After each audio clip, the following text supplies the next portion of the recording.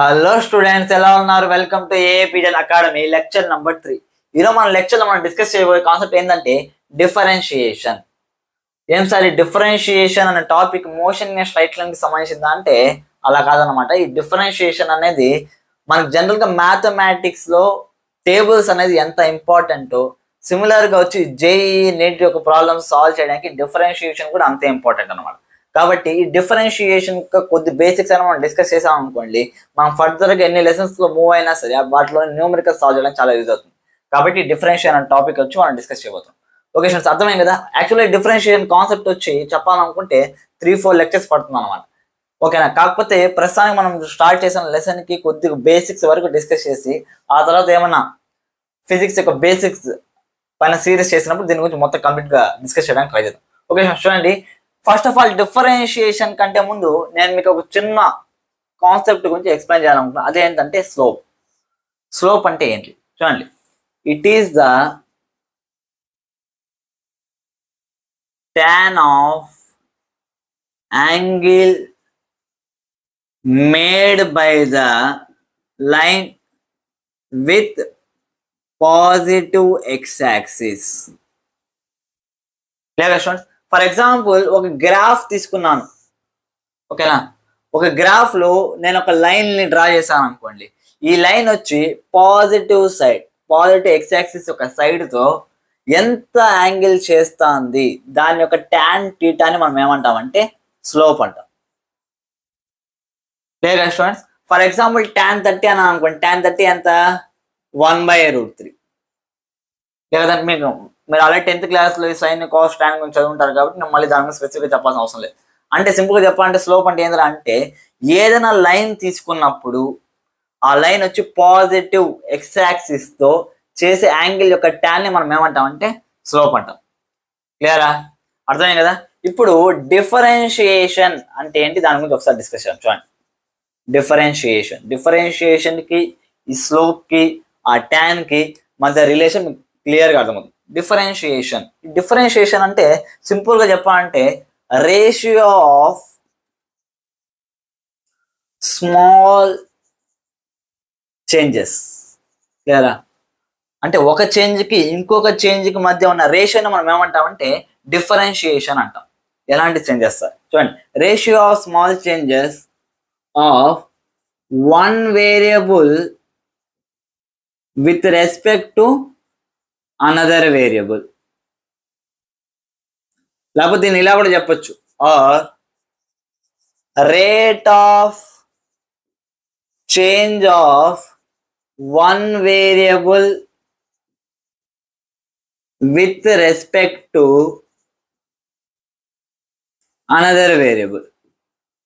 ఏం సార్ ఏమేమో డెఫినేషన్స్ చెప్తున్నారు, మాకు వేరియబుల్ అంటేనే తెలీదు, మేము మధ్యలో స్మాల్ చేంజెస్ రేషియోస్ అంటున్నారు అని భయపడద్దండి.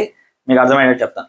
ఫర్ ఎగ్జాంపుల్ మీరు అంతా 10th క్లాస్ పాస్ అయ్యారు కాబట్టి మీకు గ్రాఫ్స్ ప్లాట్ చేయడం తెలిసే ఉంటుంది. ఫర్ ఎగ్జాంపుల్ y=x² అని సింపుల్ ఒక ఈక్వేషన్ ఇచ్చాను. ఓకేనా? ఇప్పుడు దీన్ని బేస్ చేసుకుని వేరియబుల్స్ అని చెప్తాను. చూడండి, ఇప్పుడు y=x². ఇక్కడ నువ్వు ఈ ఎక్స్ యొక్క వాల్యూ వచ్చి నువ్వు పుట్ చేయగలవు. ఓకేనా? ఎక్స్ వాల్యూ 0 పెట్టచ్చు, 1 పెట్టచ్చు, 2 పెట్టచ్చు. అంటే నువ్వు ఎక్స్ యొక్క వాల్యూ ఎంత పెడతావో దాన్ని బేస్ చేసుకుని ఏమొస్తుంది అంటే y యొక్క వాల్యూ అనేది వస్తుంది. క్లియర్? అంటే y యొక్క వాల్యూ అనేది దేనిపైన డిపెండ్ అవుతుంది? ఎక్స్ యొక్క వాల్యూ పైన డిపెండ్ అవుతుంది. కాబట్టి ఎక్స్ ని నేను ఏమంటానంటే ఇండిపెండెంట్ వేరియబుల్ అంటాను.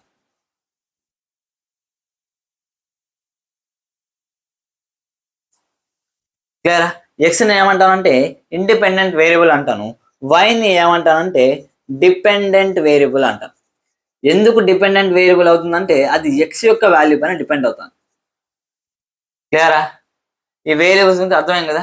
ఇప్పుడు డిఫరెన్షియేషన్ అంటే ఏంటి డిస్కస్ చేద్దాం. చూడండి, ఫర్ ఎగ్జాంపుల్ ఎక్స్ యొక్క వాల్యూలో ఏదైనా చేంజ్ వచ్చింది అనుకోండి. ఫర్ ఎగ్జాంపుల్ 2 నుంచి 3కి చేంజ్ వచ్చింది. ఓకేనా? 2 ఉన్నప్పుడు y యొక్క వాల్యూ ఒకటి అయి ఉండొచ్చు, 3 అయిన తర్వాత y యొక్క వాల్యూ ఇంకొకటి అయి ఉండొచ్చు. అంటే ఎక్స్ యొక్క వాల్యూలో ఎంత చేంజ్ రావడం వల్ల y యొక్క వాల్యూలో ఎంత చేంజ్ వచ్చింది దాన్నే మనం ఏమంటామంటే డిఫరెన్షియేషన్ అంటాం. క్లియరా? మీకు ఇంకా అర్థం కాకపోతే రియల్ లైఫ్ అప్లికేషన్స్ మీకు ఒకసారి చెప్తాను. చూడండి, ఫర్ ఎగ్జాంపుల్ నేనేం చేశానంటే ఒక బిల్డింగ్ పైన నుంచి ఒక బాల్ ని డ్రాప్ చేశాను. ఆ బిల్డింగ్ యొక్క హైట్ ఎంత ఉందంటే హెచ్ అనే హైట్ ఉంది. ఓకేనా, హెచ్ అనే హైట్ ని డ్రాప్ చేసినప్పుడు టీ అనే టైంలో కిందకు వచ్చి ల్యాండ్ అయింది. ఇప్పుడు ఫర్ ఎగ్జాంపుల్ నేను దాని యొక్క వెలాసిటీ కనుక్కోవాలనుకోండి. ఎలాంటి వెలాసిటీ కనుక్కోవచ్చు అంటే ఇప్పుడు చూడండి, ఈ పొజిషన్ నుంచి డ్రాప్ చేసినప్పుడు ఈ పొజిషన్కి వచ్చి ల్యాండ్ అయింది.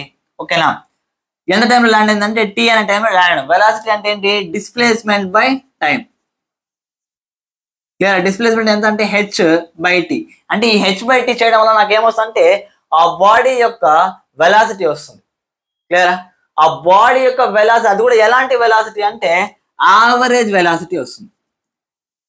ఓకేనా, ఎందుకు యావరేజ్ వెలాసిటీ వస్తుంది సార్? ఫర్ ఎగ్జాంపుల్ చూడండి, ఇక్కడ నుంచి ఇక్కడికి ల్యాండ్ అయింది. ఓకేనా, ఇప్పుడు ఇక్కడ చూసుకున్నాం అనుకోండి, స్టార్టింగ్ దానికి వెలాసిటీ ఎంత ఉంటుంది అంటే డ్రాప్ చేసినప్పుడు 0 మీటర్/సెకండ్ ఉంటుంది. క్లియరా? అదే కిందకు వచ్చేటప్పుడు దానికంటూ సమ్ వెలాసిటీ ఉంటుంది అనమాట. మనం ఏం చేస్తామంటే ఓవరాల్ జర్నీ కలిపి మనం ఇక్కడ క్యాలిక్యులేట్ చేస్తాం. ఓకేనా, total displacement by total time take అనేది యూజ్ చేసుకుంటే మనకు వాల్యూ వస్తుంది.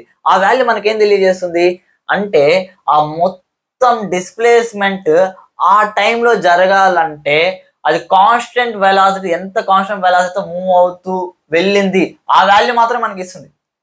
ఆల్రెడీ మనం డిస్కస్ చేసాం యావరేజ్ వెలాసిటీ అంటే ఏంటి, ఆ టైం, ఆ టోటల్ టైంలో అది అదే వెలాసిటీతో ఎంత కాన్స్టెంట్ వెలాసిటీతో మూవ్ అయితే ఆ టైంని యూటిలైజ్ చేసుకుని ఆ డిస్ప్లేస్మెంట్ అనేది కవర్ చేస్తుంది. ఆ ఎంటైర్ డిస్ప్లేస్మెంట్ అదే టైంలో కవర్ చేసే ఒక కాన్స్టెంట్ వెలాసిటీ మనకి యావరేజ్ వెలాసిటీ. కానీ రియల్ లైఫ్లో అలా బాల్ని డ్రాప్ చేసినప్పుడు కాన్స్టెంట్ వెలాసిటీతో మూవ్ అవుతుందా? మూవ్ అవ్వదు. లేదా మీకు చెప్పేది అర్థమవుతుంది అనుకుంటా. ఈ యావరేజ్ వెలాసిటీ గురించి లాస్ట్ లెక్చర్లో మనం డిస్కస్ చేసాం. ఒకవేళ ఎవరైనా అది చూడకపోతే ఫస్ట్ అది చూసిన తర్వాత చూడండి, అప్పుడే మీకు బాగా అర్థమవుతుంది. లేదు కదా, అంటే ఆ ఎంటైర్ జర్నీ కాన్స్టెంట్ వెలాసిటీతో ఎంత కాన్స్టెంట్ వెలాసిటీ మూవ్ అవుతున్నట్టుగా మనం ఊహించుకుంటాం. అదే మనకేంద్రా అంటే యావరేజ్ వెలాసిటీ. కానీ రియల్ లైఫ్ లో మనం చూసాం అనుకోండి, అలా బాల్ ని డ్రాప్ చేసినప్పుడు కాన్స్టెంట్ వెలాసిటీతో మూవ్ అవుతుందా? మూవ్ అవుతుంది. ఎందుకంటే గ్రావిటీ అనేది దాన్ని అట్రాక్ట్ చేస్తుంది, అది యాక్సలరేట్ అవుతుంది. అంటే పాయింట్ టు పాయింట్ అది ఏమవుతుంది అంటే దాని యొక్క స్పీడ్, దాని యొక్క వెలాసిటీని చేంజ్ చేసుకుంటాను. క్లియర్ కదా? అంటే దాని యొక్క డిస్ప్లేస్మెంట్ పర్ యూనిట్ టైం వచ్చి పాయింట్ టు పాయింట్ అనేది ఏమవుతుంది అంటే చేంజ్ అవుతుంది. ఆ displacement per unit time point to point కనుక్కోవాలంటే మనకు యూజ్ అయ్యే కాన్సెప్ట్ ఏంటంటే డిఫరెన్షియేషన్. క్లియర్? అంటే ఇక్కడ 0 మీటర్స్/సెకండ్ అని నాకు తెలుసు. ఓకేనా, ఇప్పుడు ఎంటైర్ జర్నీకి నాకు తెలుసు. కానీ ఇక్కడ ఆబ్జెక్ట్ ఉన్నప్పుడు యూనిట్ సెకండ్లో అది ఎంత డిస్ప్లేస్ చేస్తుంది అంటే దాని ఒక వెలాసిటీ ఆ పర్టికులర్ ఇన్స్టెంట్ ఆఫ్ టైంలో ఎంత ఉంటుంది కనుక్కోవాలంటే అంత ఈజీగా కాదనమాట. ఎందుకంటే ఈ ఫార్ములాస్ యూజ్ చేసి మనం అసలు కనుక్కోలేము. ఓకేనా, అలాంటప్పుడే మనకు యూజ్ అయ్యే కాన్సెప్ట్ ఏంటంటే ఈ డిఫరెన్షియేషన్. క్లియర్ కదా?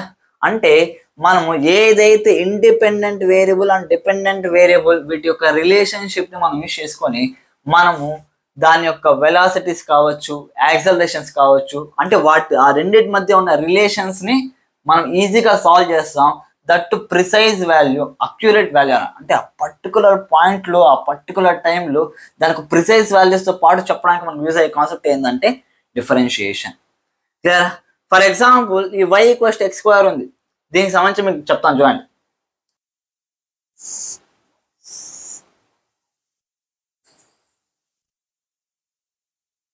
ఓకే, ఇక్కడ చూసాను అనుకోండి, నేను x axis y axis graph లా డ్రా చేసుకున్నాను. ఇక్కడ ఏముంటుందంటే ఆరెంజ్ 0,0. x యాక్సిస్ పైన నేను కొన్ని వాల్యూస్ తీసుకున్నాను. 1 2 3 4 5 6 7. ఓకేనా, 7 వాల్యూస్ తీసుకున్నాను. y యాక్సిస్ పైన కూడా వాల్యూస్ 1 2 3 4 5 వరకు చాలండి. ఓకేనా, ఇప్పుడు చూడండి, ఫర్ ఎగ్జాంపుల్ నేను x వాల్యూ 0 తీసుకున్నాను అనుకోండి, y వాల్యూ ఏమవుతుందంటే y = x² కాబట్టి 0² ఏమవుతుందంటే y వాల్యూ కూడా 0 అయిపోతుంది.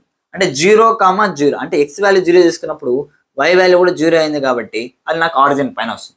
అదే నేను x వాల్యూ 1 తీసుకున్నాను అనుకోండి, x వాల్యూ తీసుకున్నాను 1 తీసుకున్నప్పుడు y = 1² వాల్యూ ఎంత 1, y = 1 అవుతుంది. కాబట్టి x1 y కూడా 1 అంటే ఆ పాయింట్ ఇక్కడ ప్లాట్ చేయొచ్చు. క్లియరా? అదే నేను x వాల్యూ 2 తీసుకున్నాను అనుకోండి, దానికి సంబంధించి నాకు y వాల్యూ ఏమవుతుందంటే y = x² కాబట్టి 2² ఏమవుతుందంటే 4 అవుతుంది. అంటే 2 4 ఇక్కడ ప్లాట్ చేయొచ్చు అనమాట. క్లియర్గా స్టూడెంట్స్? ఇప్పుడు నేనేం చేస్తాను అంటే వీటన్నిటిని జాయిన్ చేస్తున్నాను. క్లియరా? జాయిన్ చేసినప్పుడు నాకు ఇక్కడ ఏమొచ్చిందంటే ఒక కర్వ్ అనేది వచ్చింది. ఓకేనా? ఇప్పుడు దీని ద్వారా ఈ డిఫరెన్షియేషన్ అంటే ఏంటి, అసలు యావరేజ్ వాల్యూస్ అంటే ఏంటి, దాని గురించి ఒకసారి డిస్కషన్ చూడండి. ఇప్పుడు నేను ఒక 2 పాయింట్స్ తీసుకున్నాను. అది ఏంటంటే x1 = 1 తీసుకున్నప్పుడు నాకు y వాల్యూ ఎంత వచ్చింది, y1 అనుకోండి. ఎంత వచ్చింది అంటే x వాల్యూ 1 తీసుకున్నప్పుడు y వాల్యూ కూడా నాకు 1 వచ్చింది. ఓకేనా? అదే నేను x వాల్యూ వచ్చి 2 తీసుకున్నప్పుడు నాకు y యొక్క వాల్యూ ఏమొచ్చిందంటే 4 వచ్చింది. ఓకేనా? దాన్ని నేను x2 y2 అనుకున్నాను. ఫర్ ఎగ్జాంపుల్ నేను డెల్టా ఎక్స్ అంటే చేంజ్ ఇన్ ఎక్స్. ఓకేనా? నేను ఆల్రెడీ చెప్పాను చేంజ్ ఇన్ ఎక్స్ అంటే మీనింగ్ ఏంటి, ఫైనల్ మైనస్ ఇనీషియల్. ఓకేనా? నేను ఫైనల్గా తీసుకున్న వాల్యూ ఎంత అంటే 2, ఇనీషియల్ తీసుకున్న వాల్యూ వచ్చి 1. 2 - 1 ఎంత 1. అదే డెల్టా వై ఎంత, ఫైనల్గా నాకు వచ్చిన వాల్యూ 4, ఇనీషియల్గా తీసుకున్న వాల్యూ వచ్చి 1. 4 - 1 ఎంత 3. క్లియరా? ఇప్పుడు నేను delta y by delta x చేశాను అనుకోండి. క్లియరా? Delta y by delta x. ఓకేనా? Delta y by delta x, delta y ఎంత 3, డెల్టా ఎక్స్ ఎంత 1 అంటే 3 వచ్చింది నాకు. ఓకేనా? 3/1 ఎంత 3. క్లియర్ కదా? ఇప్పుడు నాకు 3 అనే వాల్యూ వచ్చింది. ఆశ్చర్యకరమైన విషయం ఏంటో తెలుసా, ఫర్ ఎగ్జాంపుల్ నేను ఏమేమి తీసుకున్నాను పాయింట్స్, ఈ పాయింట్ తీసుకున్నాను అంటే 2కి 4 వచ్చింది. అదేవిధంగా 1కి ఇక్కడ 1 వచ్చింది. క్లియరా? అదే కదా తీసుకుంది. ఎక్స్ వాల్యూ 1 ఉన్నప్పుడు వై వాల్యూ కూడా మనం 1 తీసుకున్నాము అంటే ఈ పాయింట్. ఎక్స్ వాల్యూ 2 ఉన్నప్పుడు వై వాల్యూ 4 వచ్చింది అంటే ఈ పాయింట్. ఇప్పుడు ఫర్ ఎగ్జాంపుల్ నేను ఈ 2 పాయింట్స్ని జాయిన్ చేశాను అనుకోండి. క్లియరా? ఏమవుతుందంటే నాకు ఒక స్ట్రైట్ లైన్ అనేది వస్తుంది అనమాట. ఓకేనా? ఒక లైన్ అనేది నాకు వచ్చింది ఈ 2 పాయింట్స్ జాయిన్ చేసినప్పుడు. ఈ లైన్ అనేది నాకు positive X axis some angle అనేది చేస్తా కనిపిస్తుంది. ఓకేనా? ఒకవేళ ఈ యాంగిల్కి నేను ట్యాన్ కనుక కనుక్కున్నాను అనుకోండి, ట్యాన్ టీటా, ప్రొట్రాక్టర్ తీసుకొని ఇక్కడ పెట్టి ఆ యాంగిల్ని మెజర్ చేసుకొని దాని యొక్క వాల్యూ నేను చూసాను అనుకోండి, నాకు ఎంత వస్తుంది అంటే 3 వస్తుంది. క్లియరా? అర్థం కదా? అంటే ఆ యాంగిల్ యొక్క వాల్యూ నాకు నియర్లీ ఎంత వస్తుందంటే 71.4 డిగ్రీస్ వరకు వస్తుంది అనమాట. ఓకేనా? అర్థమవుతుందా చెప్పేది? అంటే స్లోప్ అనే కాన్సెప్ట్ చెప్పాను కదా, దాని యొక్క ఇంపార్టెన్స్ గురించి మీకు తెలియజేస్తున్నా. ఓకేనా? ఈ స్లోప్ మనకేం తెలియజేస్తుందంటే ఈ డిపెండెంట్ వేరియబుల్ కానీ ఇండిపెండెంట్ వేరియబుల్ అంటే ఒక డిపెండెంట్ వేరియబుల్ ఇండిపెండెంట్ వేరియబుల్కి చేంజెస్ యొక్క రేషియో మనకు తెలియజేస్తుంది. క్లియరా? అంటే ఇప్పుడు నాకు చూడండి, ఈ ఇండిపెండెంట్ వేరియబుల్ వచ్చి 1 యూనిట్ చేంజ్ అయింది, డిపెండెంట్ వేరియబుల్ వచ్చి నాకు ఎన్ని యూనిట్స్ చేంజ్ అయింది 3 యూనిట్స్. వీటి మధ్య రేషియో అనేది నాకు ఇక్కడ యాంగిల్ ఒక స్ట్రైట్ లైన్, ఆ 2 పాయింట్స్ ఇక్కడ స్ట్రైట్ లైన్ డ్రా చేసి ఎక్స్ యాక్సిస్ చేసి యాంగిల్ యొక్క ట్యాన్ కనుక్కోవడం వల్ల నాకు తెలుస్తుంది. క్లియరా? సింపుల్గా ట్యాన్ టీటా అంటే స్లోప్ అనేది మనకి ఏం తెలియజేస్తుంది అంటే ఆ 2 వేరియబుల్స్ యొక్క చేంజెస్ యొక్క రేషియోనే మనకు తెలియజేస్తుంది. క్లియరా? ఇప్పుడు ఫర్ ఎగ్జాంపుల్ ఆ రేషియో యొక్క చేంజ్ అని చెప్పాను కదా, అంటే ఎక్స్ వాల్యూలో ఇంత చేంజ్ రావడం వల్ల వై వాల్యూ ఎంత చేంజ్ వస్తుంది, దాని యొక్క రేషియో మనకు తెలియజేస్తుంది ట్యాన్ టీటా. ఓకేనా? ఇప్పుడు మనకి డిఫరెన్షియేషన్ ఒక యూజ్ ఏంటి చూడండి. ఒకవేళ ఏదైతే మనం డిపెండెంట్ వేరియబుల్ యొక్క చేంజ్ ఇండిపెండెంట్ వేరియబుల్ యొక్క చేంజెస్ యొక్క రేషియో మనం తీసుకుంటున్నాం. ఓకేనా? డెల్టా ఎక్స్ అంటే ఏంటి, change in independent variable. Independent variable లో చేంజ్ రావడం వల్ల డిపెండెంట్ వేరియబుల్ ఎంత చేంజ్ వస్తుంది దాని ఒక రేషియో మనకు ట్యాన్ టీటా అంటే స్లోప్ తెలియజేస్తుంది. ఒకవేళ అదే ఇండిపెండెంట్ వేరియబుల్ యొక్క చేంజ్ నియర్లీ ఈక్వల్స్ టు 0 అయితే, క్లియరా? అంటే నియర్లీ 0 అయినప్పుడు అంటే చాలా తక్కువ చేంజ్, చాలా తక్కువ చేంజ్. ఇక్కడ మనకి ఆ చేంజ్ వచ్చి 1 అని తీసుకున్నాం, 1 కూడా కాదు, నియర్లీ ఈక్వల్స్ టు 0 అంటే 0 దగ్గరికి వెళ్ళింది అనుకోండి. 0 దగ్గరికి వెళ్ళినప్పుడు ఆ delta y by delta x, ఓకేనా, దీన్నే మనం ఏమంటామనంటే డివై బై డిఎక్స్ డినోట్ చేస్తాం. దీన్నే మనం ఏమంటామంటే డిఫరెన్షియేషన్ అంటాం. ఏమంటాము? డిఫరెన్షియేషన్. సింపుల్గా చెప్పాలంటే ఇండిపెండెంట్ వేరియబుల్లో వెరీ స్లైట్ చేంజ్ వచ్చినప్పుడు డిపెండెంట్ వేరియబుల్లో ఎంత చేంజ్ వస్తుంది వాటి మధ్య ఉన్న రేషియోని మనం ఏమంటామంటే డిఫరెన్షియేషన్ అంటాం. ఏమంటాము? డిఫరెన్షియేషన్. సింపుల్గా మీకు అర్థమయ్యేటట్టు చెప్తాను చూడండి. ఫర్ ఎగ్జాంపుల్ మనం అక్కడ తీసుకుంది ఏంటి, y = x² అని తీసుకున్నాం. క్లియర్? ఇప్పుడు for example X equals to 2 దగ్గర మనకేమొచ్చింది, వై ఈక్వల్స్ టు 4 వచ్చింది. క్లియరా? ఇప్పుడు నేనేం చేశానంటే X equals to 2 plus delta X అని రాసుకున్నాను. ఓకేనా? ఈ డెల్టా ఎక్స్ ఎంత అంటే 0కి దగ్గరగా ఉంది.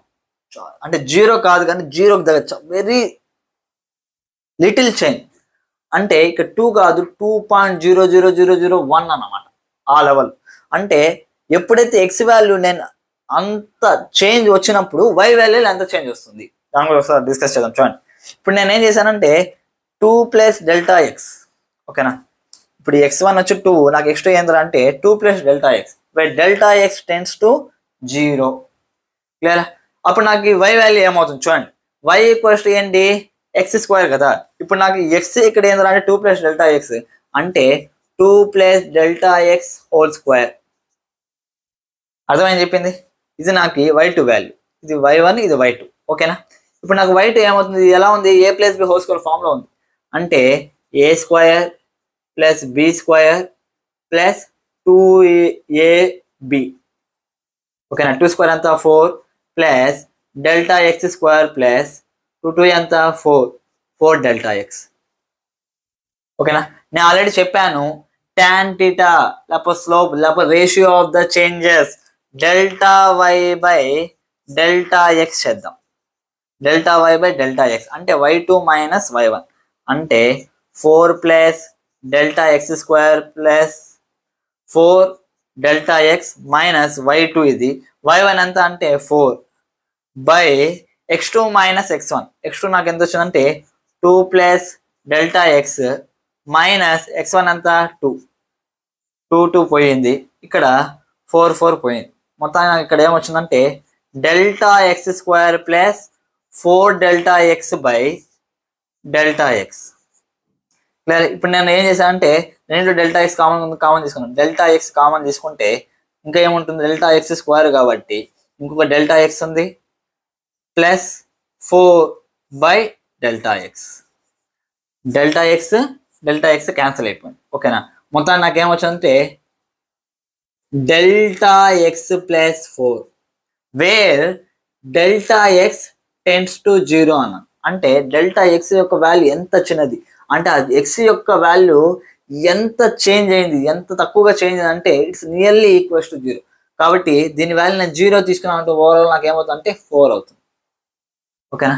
అంటే ఒకవేళ ఎక్స్ యొక్క వాల్యూ వెరీ మైన్యూట్ చేంజ్ తీసుకుంది అనుకోండి, వై యొక్క వాల్యూ కూడా ఎంత మైన్యూట్ చేంజెస్ వస్తాయి అంటే ఆ delta y by delta x యొక్క వాల్యూ నాకు ఎంత వస్తుంది అంటే 4 వస్తుంది. అంటే సింపుల్గా delta y by delta x where delta x tends to 0 equals to dy by dx. ఓకేనా? అంటే delta y by delta x value ఏమవ్వాలి, నియర్లీ ఈక్వల్స్ టు 0 అవ్వాలి. దాన్ని నేను ఏమంటే డిఫరెన్షియేషన్ అంటాం. ఆ డిఫరెన్షియేషన్ వాల్యూ నాకు ఎంత వచ్చిందంటే 4 వచ్చింది. Clear students? మీకు ఇది అర్థమైంది అనుకుంటున్నా. మీకు ఇంకొంచెం క్లియర్గా అర్థం అవడానికి మీ అందరికి బాగా తెలిసిన ఎగ్జాంపుల్ ద్వారా తెలియజేస్తాను, ఒకసారి చూడండి.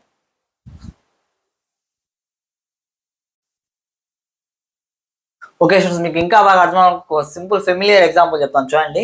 ఫర్ ఎగ్జాంపుల్ మనం లాస్ట్ క్లాస్ డిస్కస్ చేసాము displacement of the particle as a function of time. For example s equals t square అని తీసుకున్నాం. ఓకేనా? ఇందాక వై ఈక్వల్స్ ఎక్స్ స్క్వేర్, ఇప్పుడు s equals to t square. ఇదంటే సిమిలర్గా ఉంటే మీకు ఈజీగా అర్థమవుతుంది కాబట్టి తీసుకున్నాం. అదే నాకు టీ వాల్యూ 0 అయినప్పుడు ఆటోమేటిక్గా ఏమవుతుందంటే ఎస్ వాల్యూ 0 అవుతుంది. టీ వాల్యూ 1 అయినప్పుడు ఎస్ వాల్యూ ఏమవుతుంది 1. టీ వాల్యూ 2 అయినప్పుడు ఎస్ వాల్యూ ఏమవుతుందంటే 2 స్క్వేర్ కాబట్టి 4 అవుతుంది. ఓకేనా? ఆల్రెడీ మనం ముందుగానే గ్రాఫ్ అనేది డ్రా చేసాము. క్లియర్? 0 1 2 3 4 5 ఇక్కడ కూడా వాల్యూస్ తీసుకున్నాం 1 2 3 4 5. ఓకేనా? ఫస్ట్ నాకు 0,0 అంటే ఇక్కడ వస్తుంది పాయింట్. సెకండ్ పాయింట్ 1,1 అంటే ఇక్కడ వస్తుంది పాయింట్. థర్డ్ వచ్చి 2,4 అంటే 2 4. ఓకేనా? వీటిని జాయిన్ చేస్తే ఇలా వచ్చింది. క్లియర్? ఇప్పుడు నేను అడిగే సింపుల్ క్వశ్చన్ ఏంటంటే డిస్ప్లేస్మెంట్ టైం గ్రాఫ్ కదా, find average velocity from t equals to 1 second to t equals to 2 seconds. ఏం చేస్తాము, యావరేజ్ వెలాసిటీ ఫార్ములా ఏంటి, delta s by delta t. ఓకేనా, delta s by delta t అంటే 2 seconds దగ్గర నేను S2 అనుకుంటాను. ఓకేనా, 1 second దగ్గర S1 అనుకుంటాను. అంటే S2 minus S1 by T2 minus T1. ఓకేనా, S2 వాల్యూ నాకు ఎంత వచ్చిందంటే 4 minus 1 by T2 minus T1 అంటే 2 మైనస్ 1 ఏమవుతుందంటే 3/1 అంటే 3 మీటర్ పర్ సెకండ్. అంటే t ఈక్వల్స్ టు 1 second నుంచి t ఈక్వల్స్ టు 2 seconds వరకు ఒకవేళ ఎంత కాన్స్టెంట్ స్పీడ్తో వెళ్తే అది 1 అనే పొజిషన్ నుంచి 4 అనే పొజిషన్కి మూవ్ అవుతుంది. అదే మనకేంటి యావరేజ్ వెలాసిటీ. అంటే ఎంటైర్ జర్నీ కలిపి ఒక కాన్స్టెంట్ వెలాసిటీ ఉండడాన్ని మనం ఏమంటాము, యావరేజ్ వెలాసిటీ అన్నాం. ఫర్ ఎగ్జాంపుల్ ఈ గ్రాఫ్ ద్వారా నేను కనుక్కొని ఆల్రెడీ నేను చెప్పాను, ఈ పాయింట్కి మనం ఏం చేయాలి, కలిపేసి ఒక లైన్ అని డ్రా చేసి అది ఎక్స్ యాక్సిస్ ఎంత యాంగిల్ అయితే చేస్తుందో ఆ tan θ వాల్యూ మనం కనుక్కున్నాం అనుకోండి, అదే మనకి ఏమొస్తుంది అంటే యావరేజ్ వెలాసిటీ వస్తుంది. ఇక్కడ నాకు యావరేజ్ వెలాసిటీ ఎంత 3 metre per second. Clear student, అర్థమైంది కదా. ఇప్పుడు ఫర్ ఎగ్జాంపుల్ నాకు t ఈక్వల్స్ టు 1 second అంటే t equals to 1 second t equals to 2 seconds మొత్తం ఆ జర్నీ కలిపి యావరేజ్ వెలాసిటీ నాకు వద్దు, only t equals to 1 second మాత్రమే నాకు యావరేజ్ వెలాసిటీ కావాలి. అంటే ఇక్కడ డెల్టా టీ అనేది మనకి 1 second వచ్చింది, కానీ నేను ఏం చెప్తున్నా అంటే t కూడా 1 second దగ్గర మాత్రమే నాకు యావరేజ్ వెలాసిటీ కావాలి. అంటే నాకు డెల్టా టీ టెన్స్ టు ఏమవుతుంది 0 అన్నప్పుడు ఏమవ్వాలి చూడండి, నా గ్రాఫ్ ఇలా వచ్చింది. t ఈక్వల్స్ 2 seconds దగ్గర ఇక్కడ ఉంది, t ఈక్వల్స్ 1 seconds దగ్గర పాయింట్ అనేది ఇక్కడ ఉంది. క్లియరా, కాబట్టి కొద్దిగా పెద్ద డాట్స్ డ్రా చేస్తాను. ఫర్ ఎగ్జాంపుల్ నాకు t equals 2 seconds t equals 1 seconds ఇలా ఉంది కదా. ఇప్పుడు నేను t ఈక్వల్స్ 2ని తీసుకుని దగ్గర, ఎందుకు నాకు t ఈక్వల్స్ 1 second దగ్గర మాత్రం నాకు వెలాసిటీ కావాలి.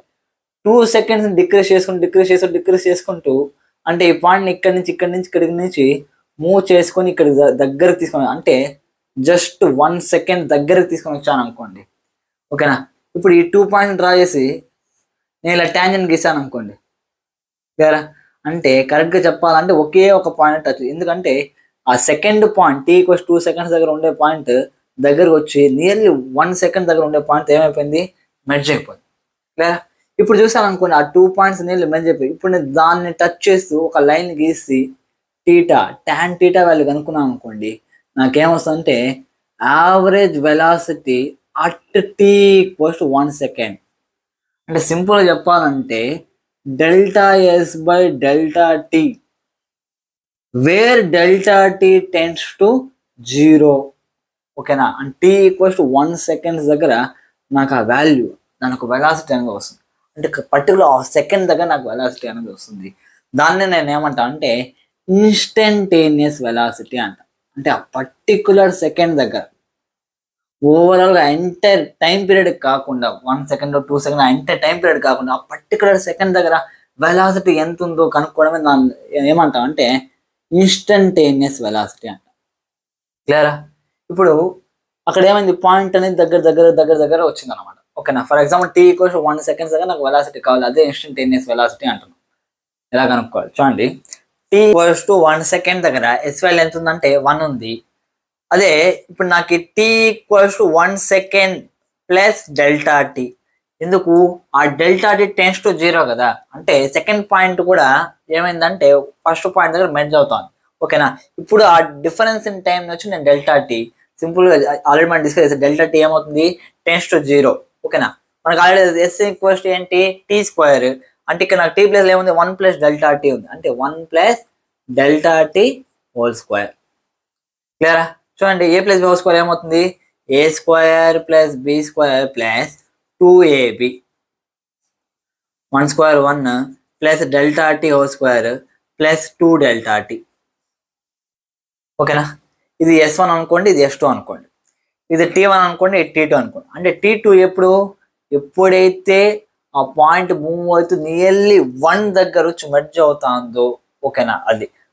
క్లియరా, అంటే సింపుల్గా ఇనీషియల్ పొజిషన్ 1 second దగ్గర ఉన్నదానికి, ఓకేనా ఆ తర్వాత కొద్దిగా change in time delta T. ఆ డెల్టా టీ కూడా నియర్లీ టెన్స్ టు దీనికి 0 అనమాట. ఓకేనా, మనకు ఆల్రెడీ తెలుసు delta s by delta t అంటే S2 minus S1 by T2 minus T1.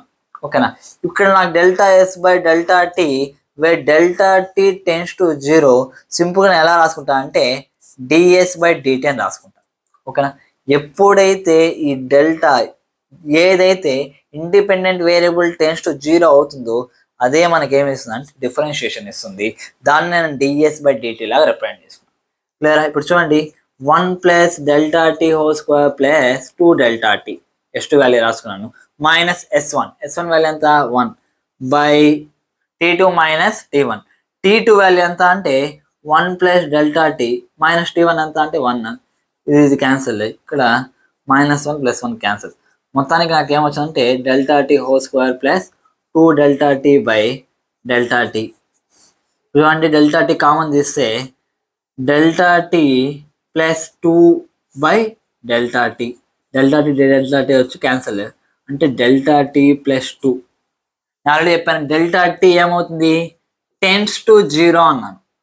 అంటే దాని ఒక వాల్యూ నేను ఏమైపోయింది 0 అయిపోయింది. కాబట్టి 0 + 2 = 2 మీటర్ పర్ సెకండ్. అంటే t = 1 సెకండ్ దగ్గర ఆ పార్టికల్ యొక్క వెలాసిటీ ఎంత ఉందంటే 2 మీటర్స్ పర్ సెకండ్. అంటే ఆ పర్టికులర్ సెకండ్ దగ్గర దాని యొక్క వెలాసిటీ అంటే ఈ పాయింట్ దగ్గర కావాలి ఏం చేయాలి, ఆ పాయింట్ దగ్గరనే టచ్ చేతి ఇలా స్ట్రైట్ లైన్ అనేది గీసుకోవాలి. ఓకేనా, ఇక్కడ యాంగిల్ వస్తుంది. అంటే అర్థమైంది కదా. అంటే ఏదైనా కర్వ్ ఇచ్చినప్పుడు అది ఎలాగైనా ఉంది, ఏదైనా కర్వ్ ఇచ్చినప్పుడు ఆ పర్టికులర్ పాయింట్ ఆ పర్టికులర్ టైం పీరియడ్ దగ్గర నాకు వెలాసిటీ కావాలి అనేటప్పుడు నేనేం చేయాలి, ఆ పర్టికులర్ పాయింట్ని టచ్ అవుతున్నట్టు నేను కనుక ఒక ట్యాంజెంట్ గీసుకున్నాను అనుకోండి. ఓకేనా, ఆ స్ట్రైట్ లైన్ ఒక ట్యాంజెంట్ ఎంతైతే యాంగిల్ ఇది ఆ ట్యాన్ థీటా కనుక్కున్నాను అనుకోండి, ఆ పర్టికులర్ పాయింట్ దగ్గర ఉన్నప్పుడు దాని ఒక వెలాసిటీ అని మనకి ఈజీగా తెలుసుకోవచ్చు అనమాట. క్లియర్గా స్టూడెంట్స్, మీకు బాగా అర్థమైంది అనుకుంటున్నా. అంటే డిఫరెన్షియేషన్ అంటే ఏం లేదు, అంటే టైం ఇంటర్వెల్ చాలా తక్కువ తీసుకున్నప్పుడు ఓకేనా ఆ పర్టికులర్ టైం పీరియడ్ దగ్గర మనకి పర్టికులర్ వెలాసిటీ కావాలన్నప్పుడు ఖచ్చితంగా ఈ డిఫరెన్షియేషన్ అనేది యూజ్ అవుతుంది. అంటే ఈ రకంగా ఇన్స్టంటేనియస్ వెలాసిటీస్ కావచ్చు, ఏదైనా వాల్యూని మనం ఇన్స్టెంట్గా క్యాలిక్యులేట్ చేయాలనేటప్పుడు మనకి ఈ కాన్సెప్ట్ డిఫరెన్షియేషన్ అనే కాన్సెప్ట్ అనేది చాలా రకాలుగా యూజ్ అవుతుంది అనమాట. ఓకే ఫ్రెండ్స్, క్లియర్ కదా, అర్థమైంది కదా. ఇప్పుడు మనం ప్రతిసారి వచ్చి ఒక ఈక్వేషన్ ఇచ్చినప్పుడు ప్రతిసారి ఇలా మోల్డ్ చేసుకొని దాన్ని ఇలా డెల్టా టీస్లో ఈ ఫామ్లో రాసుకొని దానికి చేంజెస్ కనుక్కొని బై డెల్టా టీ చేసుకోవాల్సిన అవసరం లేదనమాట. దీనికి సంబంధించి కొన్ని సింపుల్ ఫార్ములాస్ ఉన్నాయి, అవి ఒకసారి డిస్కస్ చేద్దాం. దాని ద్వారా మనం వచ్చి మన ప్రాబ్లమ్స్ చాలా ఈజీగా ట్రై చేయొచ్చు. ఓకే స్టూడెంట్స్, ఒకసారి చూడండి.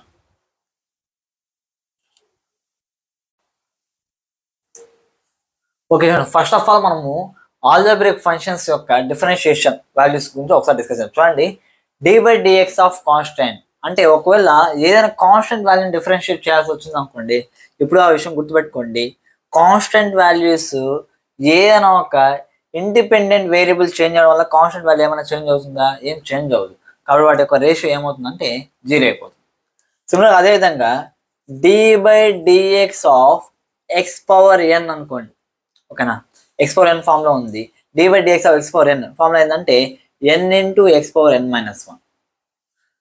ఫర్ ఎగ్జాంపుల్ చెప్తాను చూడండి, d/dx ఆఫ్ x⁴5 అని అనుకో, మనం ఏం చేయాలంటే ఫస్ట్ ఈ నెంబర్ రాసుకోవాలి. 5x⁴5 - 1 అంటే 5x⁴4 అన్నమాట. క్లియరా? అదేవిధంగా for example d/dx of x⁴7 అనుకోండి, ఏం చేయాలి 7x⁴6 అంటే మనకి టేబుల్స్ అనేవి ఎంత ఫాస్ట్గా వస్తాయో ఇవి కూడా అంత ఫాస్ట్గా చేయగలగాలి అన్నమాట. క్లియర్ స్టూడెంట్స్, ఇప్పుడు దీన్ని ఇంకొంచెం డిఫరెంట్గా మాడిఫై చేసి ఇస్తాను చూడండి. d/dx ఆఫ్ x అన్నాను అనుకోండి, ఏం చేయాలి, ఎక్స్కి పవర్ ఏం లేకపోతే 1 అని చేద్దాము. అప్పుడు ఏమవుతుందంటే 1 × x⁴1 - 1.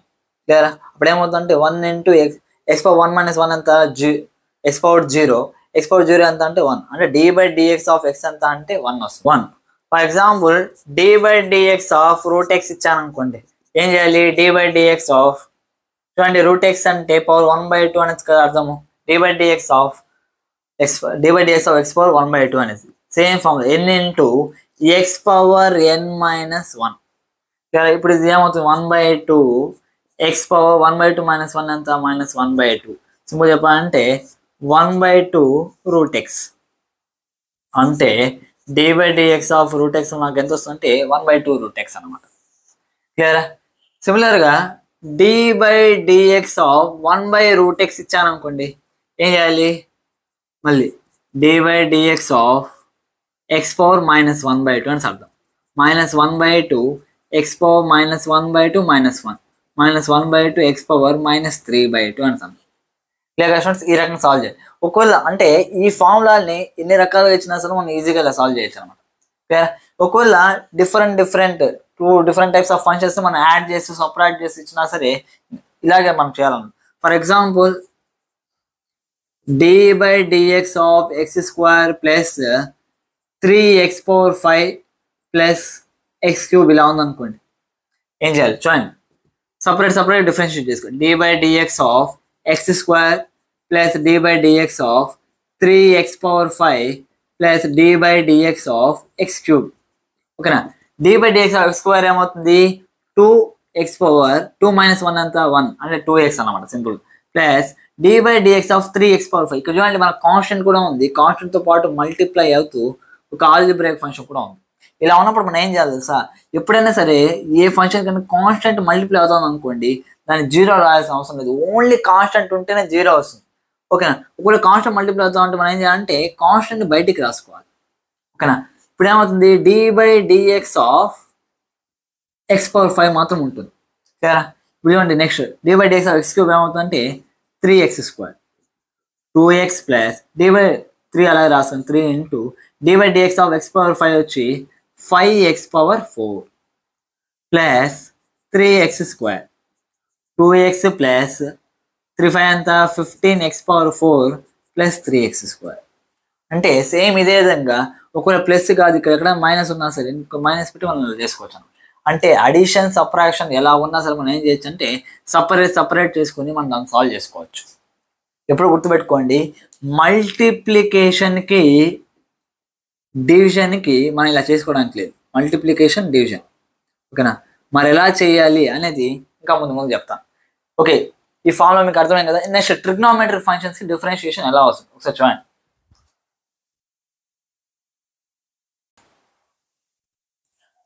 ఓకే, ఒకవేళ ట్రిగ్నోమెట్రిక్ ఫంక్షన్స్ కూడా డిస్కస్ చేసాము, దానికి డిఫరెన్షియేషన్ ఎలా వస్తుంది చూడండి.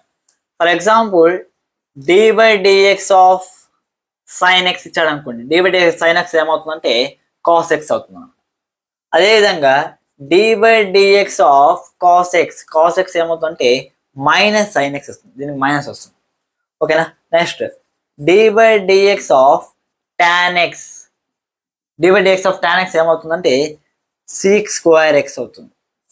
Next d/dx of cot x ఏమవుతుందంటే మైనస్ cosec స్క్వేర్ x అవుతుంది. వేరే కష్టం అంటే ఈ ఫార్ములాస్ అన్ని కూడా కష్టంగా మనం నేర్చుకోవాల్సింది. చూడండి next d/dx of sec x ఏమవుతుందంటే sec x tan x అవుతుంది. ఓకేనా? సిమిలర్లీ d/dx ఆఫ్ ఇప్పుడు మీరే చెప్పేసి ఉంటారు cosec x ఏమవుతుందంటే minus cosec x cot x అవుతుంది. అంటే ట్రిగ్నోమెట్రీకి సంబంధించినంత ట్రిగ్నోమెట్రిక్ ఫంక్షన్ సంబంధించినందుకు ఈ 6 ఫార్ములాస్ కూడా ఇంపార్టెంట్ అనమాట. Different types of number solve చేయడానికి యూజ్ అవుతుంది. మనం లాగరిథమిక్ ఫంక్షన్స్ గురించి డిస్కస్ చేసాం అనుకోండి. లాగరిథమిక్ ఫంక్షన్స్ సింపుల్ గా మనకు ఫార్ములా ఉంది, ఏంటంటే d/dx ఆఫ్ log x ఏమవుతుందంటే 1/x అవుతుంది అనమాట. క్లియరా? సేమ్ అదేవిధంగా ఎక్స్పోనెన్షియల్ ఫంక్షన్ కూడా ఉంది మనకి. ఎక్స్పోనెన్షియల్ ఫంక్షన్ అంటే e పవర్ x అనమాట. d/dx of e power x ఏమవుతుందంటే సేమ్ e పవర్ x వస్తుంది. Clear students? ఈ రకంగా ఎన్ని ఫార్ములాస్ ఉన్నాయి, ఇవన్నీ ఫార్ములాస్ కూడా మీరు నేర్చుకున్నారు అనుకోండి, డిఫరెన్షియేషన్ సంబంధించిన న్యూమరికల్స్ వచ్చి చాలా ఈజీగా సాల్వ్ అవుతాయి. Clear students? ఒకవేళ నేను ఆల్రెడీ మనం డిస్కస్ చేసాము, అడిషన్ కానీ సపరేషన్ కానీ వచ్చినప్పుడు మనం ఏం చేయొచ్చు అంటే ఒక్కొక్క ఇండివిజువల్ ఫంక్షన్ తీసుకొని మొత్తాన్ని మనం డిఫరెన్షియేట్ చేసి అడిషన్ ఇచ్చుంటే అన్నింటిని యాడ్ చేయడం, లేకపోతే సపరేషన్ ఇచ్చి అన్నింటిని ఏం చేయొచ్చు సపరేట్ చేయొచ్చు. ఒకవేళ మల్టిప్లికేషన్ డివిజన్ వస్తే మనం ఏం చేయాలి? ఓకేనా? ఇంకోటి ఒక ఫంక్షన్ లోపల ఇంకొక ఫంక్షన్ మెర్జ్ చేయంటే దాన్ని ఏం చేయాలి, దాని ఒకసారి డిస్కస్ చేద్దాం.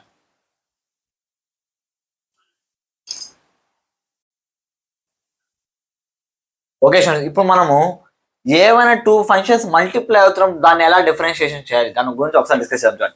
For example dy by dx of X into sine X అనేసి ఉంది. దీన్ని డిఫరెన్షియేట్ చేయాలి. ఎలా చేస్తాం సార్? చూడండి, ఇలాంటి వాటిని డిఫరెన్షియేట్ చేయడానికి మనకు ఒక రూల్ ఉంది. అదేంటంటే ప్రోడక్ట్ రూల్ అన్నమాట. ఏం rule? Product rule. Product rule ఏం చెప్తుందంటే ఎప్పుడైనా సరే two functions, for example function పేరు యూ అనుకోండి, ఇంకో ఫంక్షన్ పేరు వి అనుకోండి, ఇలా టూ ఫంక్షన్ మల్టిప్లై అవుతున్నప్పుడు దాని ఒక డిఫరెన్షియేట్ చేయాలంటే ఒక ఫార్ములా ఉంది. అదేంటంటే యూ డివి బై డిఎక్స్, అంటే యూని సపరేట్ గా రాసుకొని డి బై డిఎక్స్ ఆఫ్ వి చేసుకోవాలి. ఆ తర్వాత ప్లస్ చేసి వి డియూ బై డిఎక్స్. అదే మనం అడిషన్ సపరేషన్ ఏం చేసాం, ఒక్కొక్క టర్మ్ తీసుకొని అది అడిషన్ ఉందనుకో దాన్ని డిఫరెన్షియేట్ చేసి యాడ్ చేసాం. సపరేషన్ ఉందనుకో దాన్ని డిఫరెన్షియేట్ చేసి సపరేట్ చేసాం అన్నమాట. కానీ ఇలా మల్టిప్లికేషన్ ఉన్నప్పుడు d by dx of u into d by dx of v అని మనం చేయడానికి లేదు. క్లియరా? అంటే మల్టిప్లికేషన్ చేస్తున్నప్పుడు మనం ఈ ఫార్ములా వాడాల్సి వస్తుంది. D by dx of uv equals to u dv by dx plus v du by dx. Very easy formula, గుర్తుపెట్టుకోవడానికి ట్రై చేయండి. చూడండి, ఇది ఫస్ట్ టైం కాబట్టి దీన్ని యూ అనుకున్నాను, దీన్ని వి అనుకున్నాను. ఇప్పుడు అక్కడ ఫార్ములా ఏమవుతుంది? యూ డివి బై డిఎక్స్ అంటే x d by dx of sine x plus v, ఇక్కడ వి ఏంటి? Sine x. Sine x d by dx of x. చూడండి, d by dx of sine x ఏమవుతుందంటే కాస్ ఎక్స్ వస్తుంది. X into cos x plus sine x d by dx of x value మనం already discuss చేసాం. ఎంత అంటే 1. అంటే overall గా d by dx of x sine X నాకు ఎంత వస్తుందంటే X cos x plus sine X. Clear students? ఇదే తరహాలో ఇంకొన్ని ప్రాబ్లమ్స్ కూడా సాల్వ్ చేయడానికి ట్రై చేద్దాం. చూడండి, d by dx of x square log x ఉంది. నేను ఒకసారి డిఫరెన్స్ చేయాలి. ఎలా చేయొచ్చు? దీన్ని యూ అనుకోండి, దీన్ని వి అనుకోండి. U d by dx of v అంటే d by dx of log x plus v log x d by dx of u అంటే ఎక్స్ స్క్వేర్. ఓకేనా? X square d by dx of log x అంటే 1/x plus log x d by dx x square ఏమవుతుందంటే 2x అవుతుంది. ఇక్కడ ఒక x, ఇక్కడ ఒక x cancel, x plus 2x log x. క్లియర్గా స్టూడెంట్స్? ఈ రకంగా చేయాలి. ఇంకొన్ని ఎగ్జాంపుల్స్ చూడండి. D by dx of sine x cos x ఇచ్చాడు. దీన్ని ఎలా చేయాలి? చూడండి, దీన్ని యూ అనుకోండి, దీన్ని వి అనుకోండి. ఏమవుతుంది? యూ అంటే sine x d by dx of cos x plus v, ఇది cos x d by dx of sine x. ఏమవుతుంది? Sine x d by dx of cos x వచ్చి minus sine x plus cos d by dx of sine x ఏమవుతుందంటే cos x. అంటే ఇక్కడ చూడండి, minus sine square x plus cos square x. Simple చెప్పాలంటే cos square x minus sine square x. ఈ రకంగా ఏమైనా two functions multiply అవుతుంది మనం ఎలా డిఫరెన్షియేట్ చేయాలంటే సింపుల్ గా ఫార్ములా యూస్ చేయొచ్చు. U dv by dx plus v dv by dx. Clear students? ఒకవేళ డివిజన్ లో ఉంటే అంటే డి బై డిఎక్స్ యూవి కాకుండా d by dx u by v ఉంటే అది ఎలా డిఫరెన్స్ చేయాలో ఒకసారి డిస్కస్ చేద్దాం. చూడండి,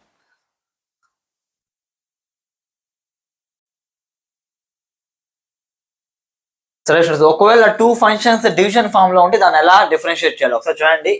ఈ ఫార్ములా గుర్తుపెట్టుకోండి. D by dx of u by v equals to v du by dx minus u dv by dx by v square. Formula కొద్ది పెద్దది అనిపించేసాము కానీ వెరీ ఈజీ ఫార్ములా అన్నమాట. మీకు దీన్ని ఎగ్జాంపుల్తో పాటు చెప్పడానికి ట్రై చేస్తాను. చూడండి, d by dx of e power x by x square అని ఇలా ఫంక్షన్ ఇచ్చాడు. ఇక్కడ చూడండి, ఇక్కడ ఒక ఫంక్షన్ ఉంది, డివైడ్ చేసి ఇంకొక ఫంక్షన్ కూడా ఉంది. ఓకేనా? అంటే పైన ఉండేది యూ, కింద ఉండేది వి అనుకోండి. D by dx of u by v ఏమవుతుంది? V du by dx. D by dx of e power x by x square equals to v. V ఏంటి?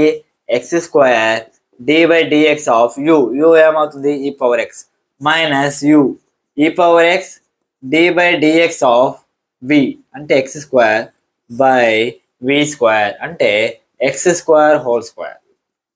X square d by dx of e power x ఏమవుతుంది?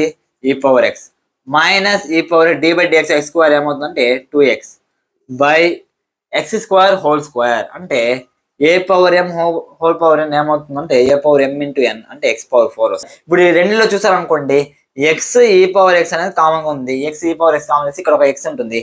X minus 2/x⁴. ఓకేనా, ఇక్కడ ఒక x, ఇక్కడ నుంచి ఒక x cancel అవుతుంది, ఇక్కడ x³ ఉంటుంది. అంటే ఈ power X into x minus 2/x³. Clear students, ఈ రకంగా మనం డిఫరెన్షియేట్ చేయాల్సి వస్తుంది. ఇంకొక ఎగ్జాంపుల్ ట్రై చేద్దాం. చూడండి, d/dx of for example x² log x ఉంది. దీన్ని డిఫరెన్షియేట్ చేద్దాం. ఇది u అవుతుంది, ఇది v అవుతుంది. ఏమవుతుంది? log x d/dx of u అంటే x² మైనస్ u అంటే x² d/dx ఆఫ్ v అంటే log x బై v² అంటే log x హోల్². ఏమవుతుంది? log d/dx x² ఏమవుతుంది అంటే 2x minus x² d/dx of log x వచ్చి 1/x బై log x హోల్².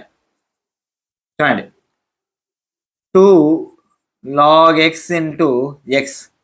చూడండి, ఇక్కడ x ఇక్కడ x క్యాన్సిల్ అయితే minus x by log x². ఇప్పుడు ఈ రెండింటిలో ఏం కామన్గా ఉందంటే x అనేది కామన్ కాబట్టి కామన్ చేస్తాం. x into 2 log x minus 1/log x². Clear గా స్టూడెంట్స్, ఈ రకంగా మల్టిప్లికేషన్ డివిజన్స్ ఉన్నా సరే మనం సింపుల్ గా ఫార్ములా యూస్ చేసుకుని ట్రై చేయొచ్చు అనమాట. ఒకవేళ ఫంక్షన్ లోపల ఇంకొక ఫంక్షన్ మెర్జ్ చేయాలంటే దాన్ని ఎలా సాల్వ్ చేయాలి దాని గురించి ఒకసారి డిస్కస్ చేద్దాం. చూడండి,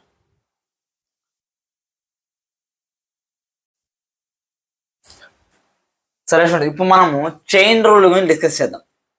చైన్ రూల్ అంటే ఏంటి సార్, దేనికి యూజ్ అవుతుంది? చూడండి, ఫర్ ఎగ్జాంపుల్ మీకు క్వశ్చన్ ఇచ్చాను అనుకోండి, d/dx of sign of e⁴x.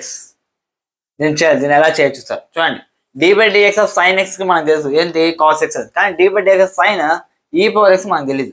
చూడండి, సైన్ x ఇంటూ e⁴x అని చెప్పలేదు, సైన్ ఆఫ్ e⁴x అని చెప్పాను. అంటే సైన్ లోపల ఏది టీటా కానీ ఎక్స్ కానీ ఉంటుందో దాని ప్లేస్ నేను e⁴x అని ఇచ్చాను.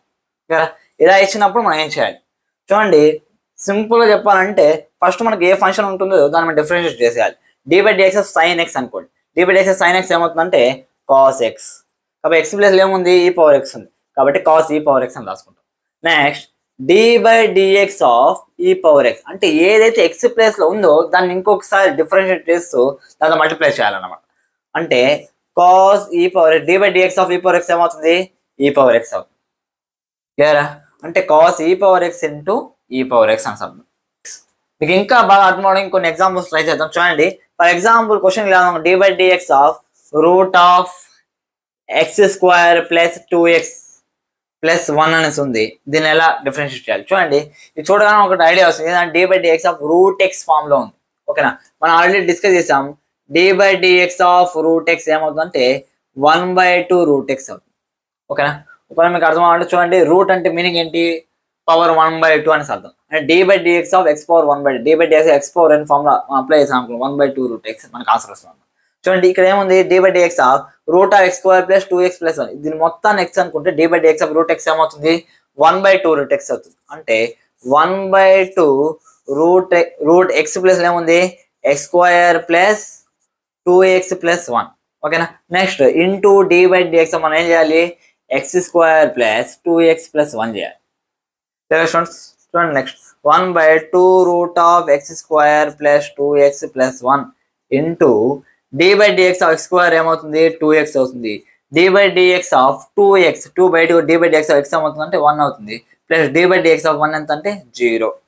అంటే మొత్తంగా మనకి 1/2 √(x² + 2x + 1) ఇంటూ 2x + 2 వచ్చింది అన్నమాట.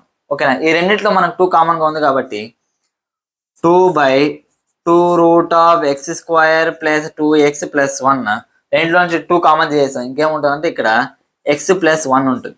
2 క్యాన్సిల్ అయితే ఓవర్గా మనకి ఏమొచ్చిందంటే x + 1/√(x² + 2x + 1 వచ్చింది. ఓకే స్టూడెంట్స్, ఈరోజు క్లాస్ మీకు బాగా అర్థమైంది అనుకుంటున్నా. ఇంతే డిఫరెన్షియేషన్ అంటే ఈ డిఫరెన్షియేషన్ వచ్చి మనం ఫిజిక్స్ యొక్క దాదాపు అన్ని చాప్టర్స్ లో కూడా యూజ్ అవుతుంది. కాబట్టి కాన్సెప్ట్స్ పైన ఎక్కువ వర్కౌట్ చేయడానికి ట్రై చేయండి. అండ్ మనం నెక్స్ట్ క్లాస్ లో ఇంటిగ్రేషన్ అంటే ఏంటి, దాన్ని ఎక్కడ అప్లై చేయాలి, దాన్ని ఎలా యూజ్ చేస్తాం, వీటన్నిటి గురించి వాటి యొక్క ఫార్ములాస్ పాటు డీటెయిల్ గా మనం డిస్కస్ చేద్దాం. Okay students, thank you, bye bye.